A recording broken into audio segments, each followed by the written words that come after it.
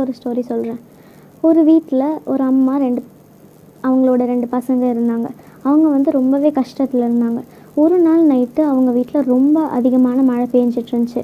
அவங்க என்ன பண்ணாங்க, அவங்களோட டைனிங் டேபிளில் ஒரு 3 காலியான பிளேட்ஸை கொண்டு வந்து வச்சுட்டு சும்மாவே இருந்தாங்க. அவங்க வச்சுட்டு கிச்சனுக்கு போயிட்டாங்க.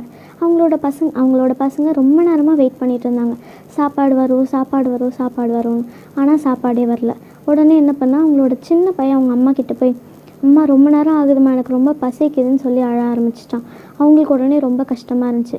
நம்மக்கிட்ட இப்போ எதுவுமே இல்லைப்பா, ஏசப்பா தான் நம்மளுக்கு உதவி செய்யணும் அப்படின்னு சொல்லிட்டு அவங்களோட டைனிங் ஹாலுக்கு வந்து அவங்க என்ன சொன்னாங்க, நம்ம எல்லோரும் இப்போ ப்ரே பண்ணலாம், இப்போ நம்மளுக்கு என்ன வேணுன்றதே ஏசப்பாவுக்கு தெரியும் அப்படின்னு சொன்னாங்க. உடனே அந்த சின்ன பையன் வெறுப்போடு அவங்க அம்மா கிட்ட கேட்டான், கடவுள் வந்து நம்மளோட ப்ரேயர்ஸ் எல்லாம் கேட்கல போல், அதனால தான் அவர் இப்படி பண்ணுறாரு.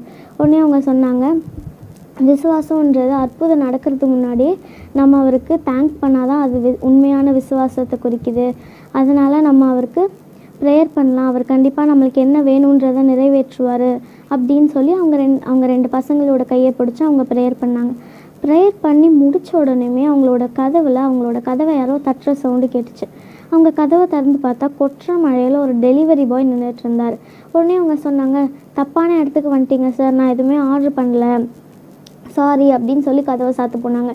உடனே அந்த டெலிவரி பாய் சொன்னார், நான் தப்பான இடத்துக்குலாம் வரல, நான் கொடுக்க போன ஆர்டர் வந்து எனக்கு கேன்சல் ஆகிடுச்சு.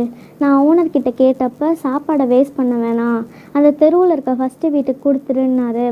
அப்போ பார்த்தேன், உங்கள் வீட்டில் மட்டும் தான் லைட் எரிஞ்சிருந்துச்சு, அதனால தான் உங்ககிட்ட கொடுத்தேன் அப்படின்னு சொன்னார்.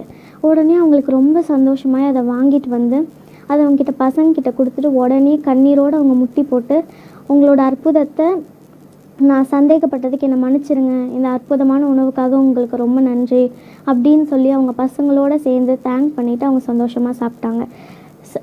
பைபிளில் கூட ஒரு வசனம் இருக்குது, கண்ணீரோடே விதைக்கிறவன் கம்பீரத்தோடே அறுப்பான், சங்கீதம் 126:5. அதே போல் நம்ம எப்போவுமே ஏசப்பா நமக்காக செய்ய இருக்கிற அற்புதத்தை எப்போவுமே சந்தேகப்படவே கூடாது. அப்போ தான் அவர் நம்மளுக்கு ஏற்ற காலத்தில் ஏற்ற அற்புதத்தை நேர்த்தியாக அவர் செய்வார்.